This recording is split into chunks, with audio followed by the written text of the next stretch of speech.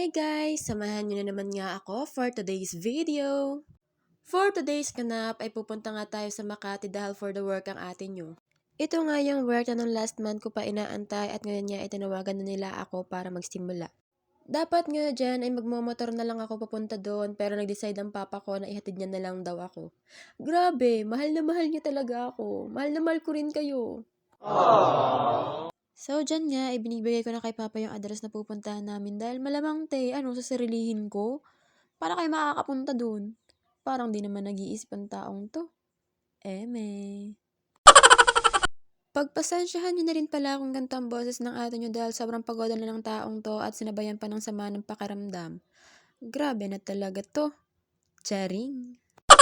Mukha nga lang akong pa-chill-chill dyan pero deep inside talaga namang kinakabahan ang ating mo girl dahil first time ko mag-work here sa Manila at di ko pa alam kung ano ang dadatnan ko dun. Pa-smile-smile lang din ako dyan pero talaga namang natatakot na ako dahil talaga namang kung magpatakbo ang papa ko akala mo may siyam na buhay. Sobrang lakas niya nga sa guardian angel niya at talaga namang ako na yung natatakot mga ate ko.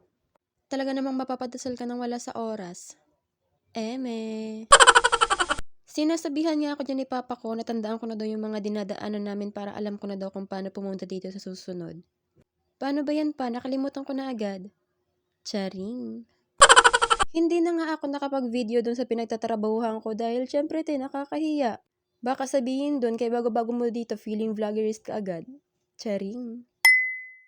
Fast forward na nga mga ate ko, uwian na at sumakay lang kami sa MRT at talaga namang for the rush hour, punuan ang tren.